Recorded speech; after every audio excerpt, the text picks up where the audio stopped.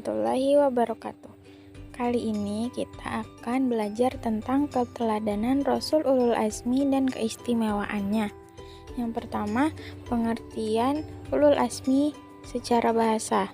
Ulul Azmi berasal dari bahasa Arab, yaitu ulul yang berarti orang yang memiliki dan azmi yang berarti cita-cita yang mantap.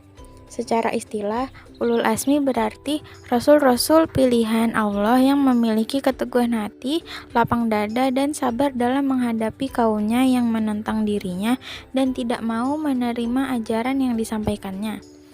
Yang kedua, sifat utama dan keteguhan Rasul Ulul Azmi.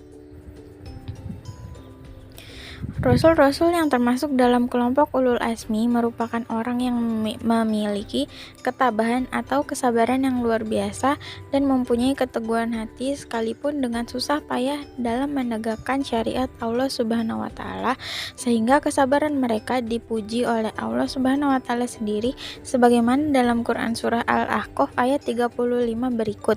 فاصبر كما صبر أولو العزم من الرسل ولا تستعجل لهم كأنهم يوم يرون ما يوعدون لم يلبثوا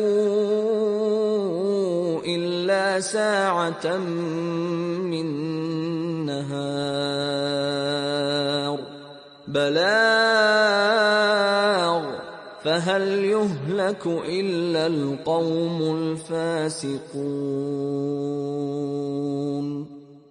Ayat di atas menunjukkan bahwa para rasul ulul azmi hidup dalam perjuangan yang lebih berat.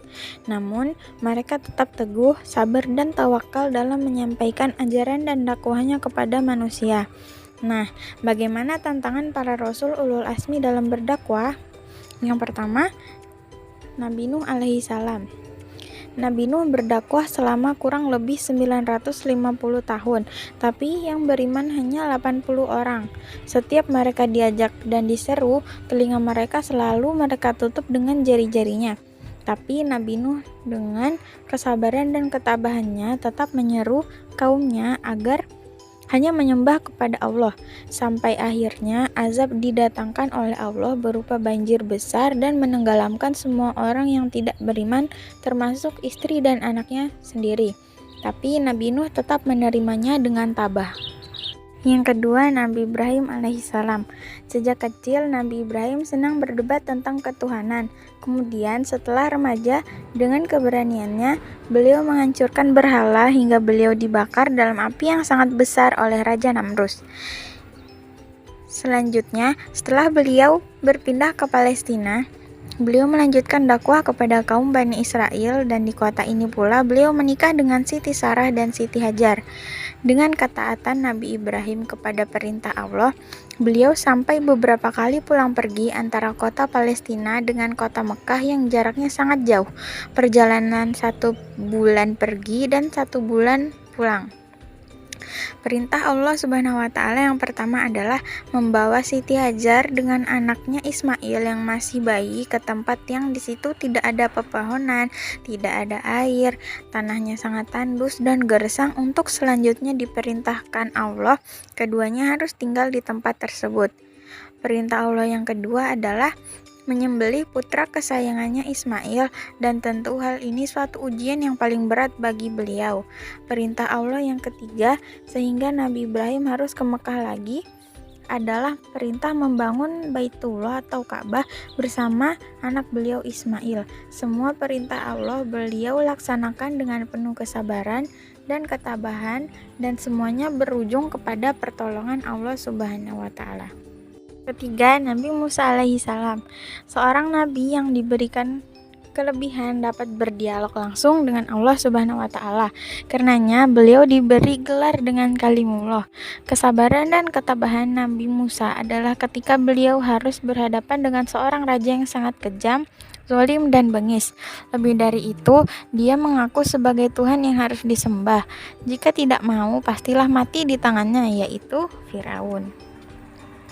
Penderitaan pertama yang dialami oleh Nabi Musa adalah sewaktu beliau masih bayi.